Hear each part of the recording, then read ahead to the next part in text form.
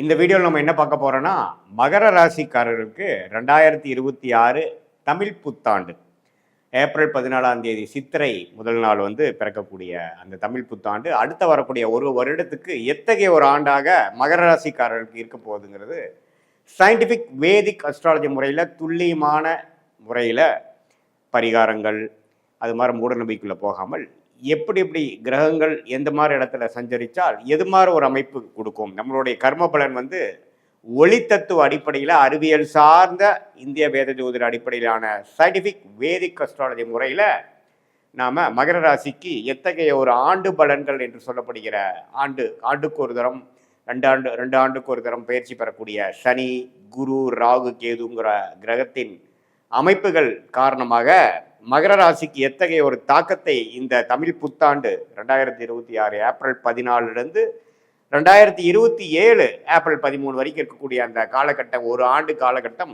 எத்தகைய ஒரு ஆண்டாக இருக்க போகுதுங்கிறது மகர ராசிக்கு பார்க்க போறோம்.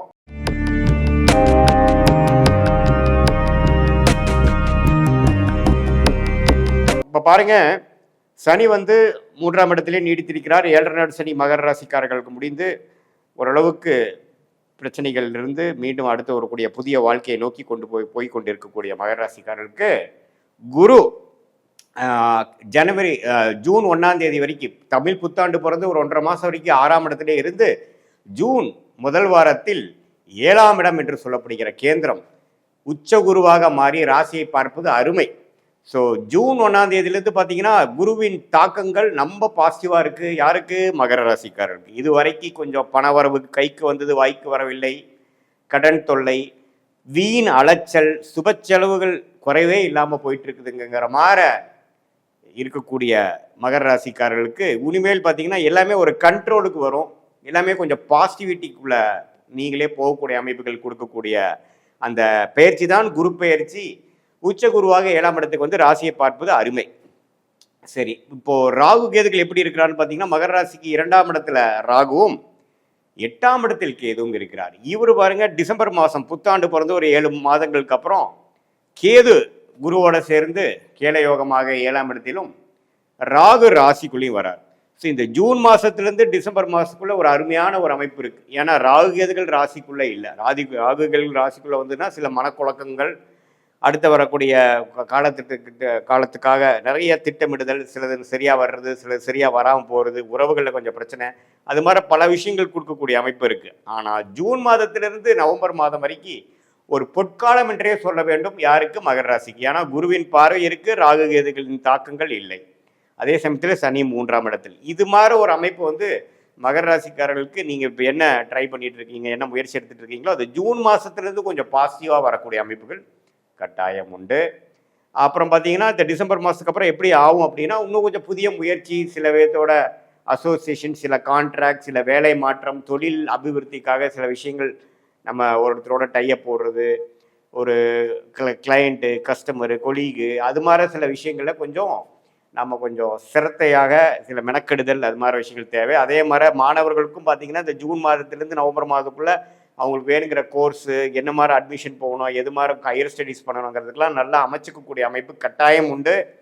அதுக்கப்புறம் பார்த்தீங்கன்னா சேர்க்கை, ஃப்ரெண்ட்ஸு, வேலை, படிப்பு, அது மாதிரி விஷயத்தில் சில தொய்வுகள் வரக்கூடிய அமைப்புகள் உண்டு அப்படிங்கிறத நம்ம தெரிஞ்சுக்கணும். எப்பவுமே ராகு கேதுகள் ராசிக்குள்ளே வரும்பொழுது சில குழப்பத்தை கொடுப்பார். ஆனால் இந்த தரம் பார்த்தீங்கன்னா குருவின் பார்வையோடு வருவதனால அப்படி ஒன்றும் பெரிய பிரச்சனை இல்லை. சில பேர்த்துக்கெல்லாம் பாருங்க பெரிய லெவலில் ஒரு ரெகக்னிஷன் கிடைக்கிறது, ஃபேமஸ் ஆகுறதுலாம் கூட வருது. ஏன்னா ராகு கேதுகள் எப்பவுமே சுபகிரகத்தின் தாக்கத்தில் இருக்கும்பொழுது நல்ல படங்களை கொடுப்பார் அப்படிங்கிறத நம்ம தெரிஞ்சுக்கணும். ஸோ மகர ராசிக்காரர்களுக்கு எப்படி பார்த்தாலும் ஒரு அருமையான தமிழ் புத்தாண்டாக 2026 ஏப்ரல் 14ஆம் தேதியிலேருந்து வருது. அது குறிப்பாக ஜூன் மாதத்திலிருந்து அதை நீ உணரக்கூடிய அமைப்பு, குருவின் பார்வை, சனி ராகு கேதுகளோட அமைப்பு எல்லாமே உண்டு.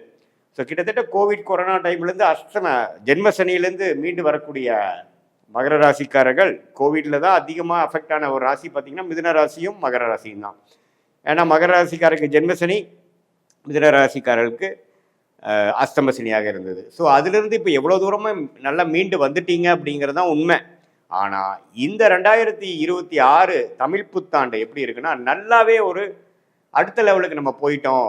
இது வரைக்கும் நான் மனசில் ஒரு வருஷம் 2 வருஷமாக சங்கடங்கள், சில பிரச்சனைகள் தீர்க்க முடியாமல் சில உறவுகளில் ஒரு சுணக்கமாக இருக்கக்கூடிய அமைப்புகள், அது மாதிரிலாம் போயிட்டு இருந்த மகர ராசிக்காரர்களுக்கு ஒரு அற்புதமான ஒரு நல்ல ஒரு மாற்றத்தை உறவுகள் காட்டிலும், உறவுகள் விஷயத்தில், அதே மாதிரி வசதி வாய்ப்புகள் விஷயத்தில், அதே மாதிரி மன சந்தோஷம் மன மகிழ்ச்சி விஷயத்தில் சுப விஷயங்கள் நடந்து அதுவரை நம்ம நடக்காமல் ஒரு தடைகளாக இருந்ததேங்கிற ஒரு மன அழுத்தத்தை குறைக்கக்கூடிய அமைப்பாகவும், அதே சமயத்தில் கல்யாணம், குழந்தை, குடும்பத்துக்கு ஒரு நல்ல விஷயங்கள்லாம் நடக்கணும், 2-3 வருஷமாகவே ஜென்மசனியிலிருந்தே அதை நாங்கள் எதிர்பார்த்துட்டு இருக்கோங்கிறவங்களுக்கெல்லாம் நல்ல மாற்றத்தை கொடுக்கக்கூடிய ஒரு அமைப்பு இருக்குங்க. அதே சமயத்தில் பாருங்கள், வியாபாரத்தில் இருக்கிறவங்களுக்கு நல்ல விருத்தி, நல்ல கஸ்டமர்ஸ், நம்ம கிளையண்ட்ஸ், பார்ட்னர்ஸ் அப்படிங்கிற மாதிரி சோஷியல் லைஃப் வந்து மகர ராசிக்காரர்களுக்கு நம்ம பாசிட்டிவாக இம்ப்ரூவ் ஆகக்கூடிய ஒரு அமைப்பு இருக்குதுங்கிறது நம்ம தெரிஞ்சுக்கிறோம். ஸோ மகர ராசிக்காரர்களுக்கு எப்படி பார்த்தாலும் கடந்த 2 வருஷம் கம்பேர் பண்ணுறப்போ இந்த ஆண்டு தமிழ் புத்தாண்டு, குறிப்பாக தமிழ் புத்தாண்டு பிறந்து ஒரு 1.5 மாதத்துலேருந்து என்ன அவங்க எதிர்பார்த்துட்டு இருந்தாங்களோ அது டக்குன்னு கொஞ்சம் கிடைக்கக்கூடிய அமைப்பு, சிலதெல்லாம் எதிர்பார்க்காத சில விஷயங்கள் நடக்கக்கூடிய அமைப்புகள்லாம் வந்து டிசம்பர் மாதத்துக்கு மேலே வரக்கூடிய அமைப்பு. ஏன்னா கேது குருவோட சேரும் பொழுது கேள யோகமாக ஆறி கொஞ்சம் சுபவிரயங்கள் மூலமாக பணம் ஈட்டுதல், ஷேர் ஸ்டாக்ஸ் அதில் எல்லாம் கொஞ்சம் பணம் ஈட்டுதல், கொஞ்சமே குடும்பத்தில் கொஞ்சம் பிரச்சனைகள் போயிட்டு இருக்கிறதெல்லாம் கொஞ்சம் தீர்வு பெறுவதல், பங்காளி சண்டை, கோர்ட்டு கேஸு, வம்பு வழக்கு, இது எல்லாமே ஓரளவுக்கு தீர்வாகி நம்ம மனமே உற்சாகமாகி பழைய மாதிரி ஒரு ஏனோதானன்னு இல்லாமல் கொஞ்சம் உற்சாகத்தோட உருப்படுறதுக்கு என்ன வழிங்கிற மாதிரி ஒரு பாசிட்டிவிட்டிக்குள்ளே போகக்கூடிய அமைப்பு தான் இந்த உச்சகுருவின் பார்வை ராசி மேலே விழுகுதுங்கிறத நம்ம புரிஞ்சுக்கணும். இந்த காலகட்டம் குறிப்பாக இந்த ஜூன் மாதத்துலேருந்து நவம்பருக்குள்ளே சில விஷயங்களாக நீங்கள் காரியம் சாதிச்சுக்கணும். அதுவே நாளைக்கு அடுத்த வரக்கூடிய பல ஆண்டுகளுக்கு வேணுங்கிற ஒரு ஃபவுண்டேஷனான ஒரு பிளாட்ஃபார்மை நீங்கள் கிரியேட் பண்ணிக்கணும் அப்படிங்கிறது தான் உங்களுக்கு நான் கொடுக்கக்கூடிய ஜோதிட ஆலோசனை. இது பொதுவான பலனை தவிர உங்களுடைய ஜென்ம ஜாதகத்தில் பிறந்த தேதி, பிறந்த நேரம், பிறந்த ஊரை வைத்து உங்கள் ஜாதகத்தை போட்டு நீங்கள் எந்த லக்னத்தில் பிறந்தீங்க, நீங்கள் மகர ராசியில் அவிட்ட நட்சத்திரத்தில் பிறந்திருந்தாலும் சரி, திருவோண நட்சத்திரத்தில் பிறந்திருந்தாலும் சரி, உத்திராட நட்சத்திரத்தில் பிறந்திருந்தாலும் சரி, லக்னாதிபதி நீ என்ன லக்னம், உங்கள் லக்னாதிபதி எப்படி இருக்கிறார், ஸ்தானபலம், திக்பலம், திருப்பலம் எப்படி இருக்கிறார், எது மாதிரி தசாபுக்திகள் போய்கொண்டு இருக்கிறது, உங்கள் லக்னத்துக்கு யோகமான தசைகள் போய்கொண்டிருக்கிறதா, எது மாதிரி வாழ்க்கையில் அடுத்த வரக்கூடிய 6 months 3 months அடுத்த 12 months 1 yearலாம் எப்படி இருக்குது, எது மாதிரி திசையில் நம்ம வாழ்க்கை அமையக்கூடிய அமைப்புகள் இருக்குது, திரும்பக்கூடிய அமைப்புகள் இருக்குது, எந்தெந்த பிராப்தங்கள் காத்து இருக்கிறது, எந்தெந்த பிராப்தங்கள் நமக்கு வரக்கூடிய அமைப்புகள் இல்லை அப்படிங்கிறத தெளிவாக தெரிந்து அதை நோக்கி நீங்கள் வாழ்க்கையில் செய்யக்கூடிய முயற்சிகளாக இருந்தாலும் சரி, திட்டங்களாக இருந்தாலும் சரி, அதை நோக்கி நீங்கள் வந்து ஒரு செயல்பாடுகளையும் நீங்கள் செய்யும் பொழுது வாழ்க்கையில் எளிதில் எதிர்நீச்சல் போடாமல் வெற்றி பெற முடியும் என்று சொல்ல விரும்புகிறேன். மீண்டும் மற்றொரு காணொளியில் சந்திப்போம். நன்றி, வணக்கம்.